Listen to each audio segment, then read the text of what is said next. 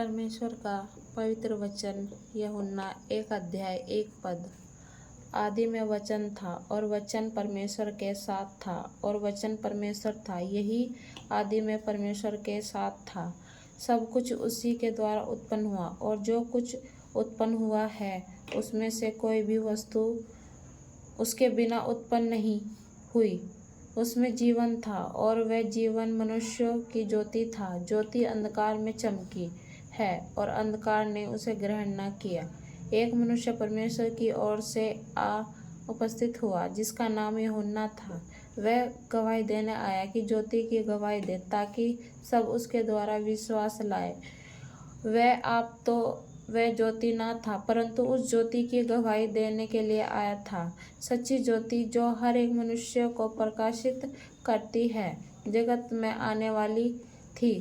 वह जगत में था और जगत उसके द्वारा उत्पन्न हुआ और जगत ने उसे नहीं पहचाना। वह अपने घर आया और उसके अपनों ने उसे ग्रहण नहीं किया, परंतु जितनों ने उसे ग्रहण किया उसने उन्हें परमेश्वर की संतान होने का अधिकार दिया, अर्थात उन्हें जो उसके नाम पर विश्वास रखते हैं। वे न तो लहू से, न शरीर की इच्छा से, न मनुष्यों की इच्छा से, परंतु परमेश्वर से उत्पन्न हुए हैं। और वचन देहधारी हुआ और अनुग्रह और सच्चाई से परिपूर्ण होकर हमारे बीच में डेरा किया। और हमने उसकी ऐसी महिमा देखी जैसी पिता के एकलौते की महिमा।